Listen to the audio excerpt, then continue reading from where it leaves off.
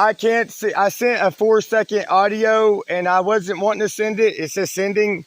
I don't see how to stop it. I don't see how to cancel it. It was telling me on the screen yesterday, this Meta Messenger, that I could unsend a message and it still be included in a report. I don't know what that's supposed to mean to me.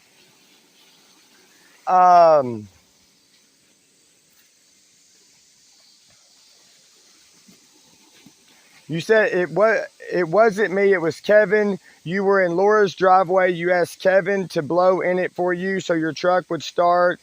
It was something around 2014.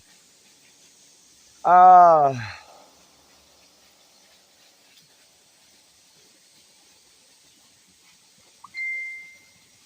know I've talked to Kevin in that driveway.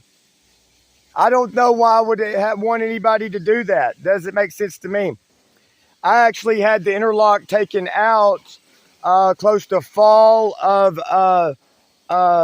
2013 while Dawn McIntosh was dating Daniel Swindle. And then she moved to Waldron because, I guess, of Derek Cogburn. She wanted me to help her and Daniel, not Cogburn, Daniel Swindle, move to Waldron. I was driving on a suspended a lot then. I had it taken out of the Nissan Frontier. But anyway, I'm just going to tell it. You tell some things like it is. Don McIntosh can tell some things like it is. My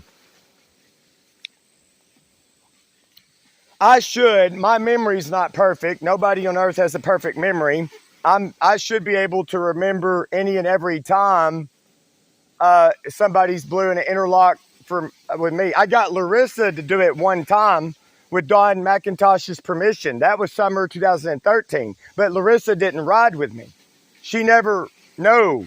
I went to go get Jason White to visit us in what I'll call, for reference, the Becky Perdue house. I've only, as far as I know, Larissa only done it one time. My memory's not perfect. I won't deny it. And it was with Dawn McIntosh's permission. We're drinking. I'm not even drunk, but I got enough in me to not start it. Larissa was about, 10? Let me do the math. She was born 2003. That's 2013. So she would have turned 10 that October. So she was over the age of 9.5. I just asked, it was during the day, the sun hadn't set yet, late the afternoon. I was like, hey, Dawn, do you care if Jason comes over and hangs out with us while we're, drinking? I mean, I already could tell she had earlier that summer, she had a rapport with Jason. Either before that, maybe before that time, I bought a couple of sheets of sheetrock from John Plyler's to replace wall there. And I got Jason to help me do it. He had the tools I didn't even know about, and he had more experience with it. I mean, would have Kevin ever blew in it? That don't make sense. Right now, I won't say it was impossible, but I don't see why I would have ever had anybody do that. That doesn't make sense.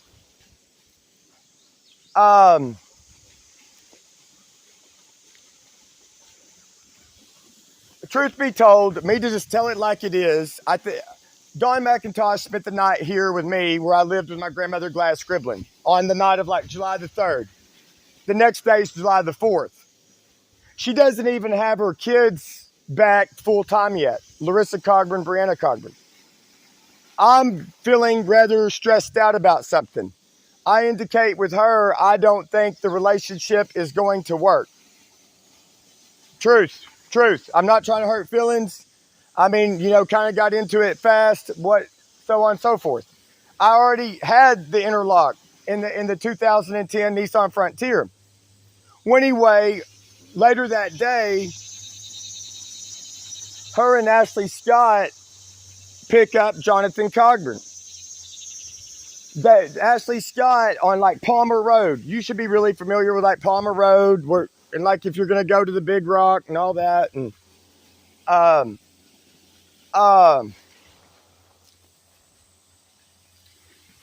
anyway, that afternoon before sunset,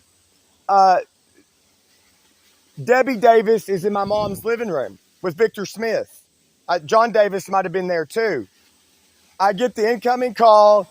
Dawn McIntosh or Ashley Scott, Barely had phone signal. We're walking. Will you come and get us? We wrecked.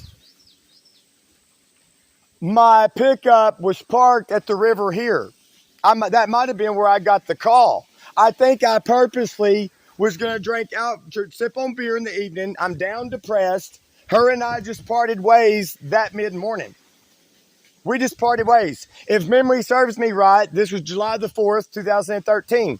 10 years ago this year, 2023. Very memorable, very memorable. Again, I don't have a perfect memory. Um, I get Victor Smith, my mom's then boyfriend, an African American, and Debbie Davis to go to the pickup. I think I already tried to start it, and it gave me a warning. Anyway, they both blew. One of them got it started. I don't remember which. Either Victor, both of them were in their either 50s or 60s. Both of them like pack-a-day smokers for 30, 40 years. It showed right in front of me. I would take the unit without holding the button or powering it, saying, you got hum, blow, this is how you do it.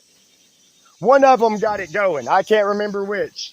It might have been Debbie Davis over Victor Smith. Either way, one of the two. So I purposely loaded up, went, ignored the beep beep. One of the technicians told me that they can't kill a vehicle. It's unlawful